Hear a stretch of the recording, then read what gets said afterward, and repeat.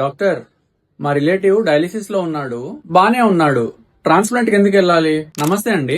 Dialysis లో ఉన్నా కూడా సిమ్టమ్స్ అందరికీ ఏమి ఉండవు. చాలా మంది వారానికి 2 సార్లు లేదా 3 సార్లు వస్తారు, డయాలిసిస్ చేపించుకొని వెళ్తారు. వాళ్లకు అంటే ఆయాసము, కాళ్ల వాపులు ఇవి ఉన్న వాళ్ళు చాలా తక్కువ మందే ఉంటారు. కానీ వాళ్లలో ప్రొడక్టివిటీ అనేది తగ్గిపోయి ఉంటుంది.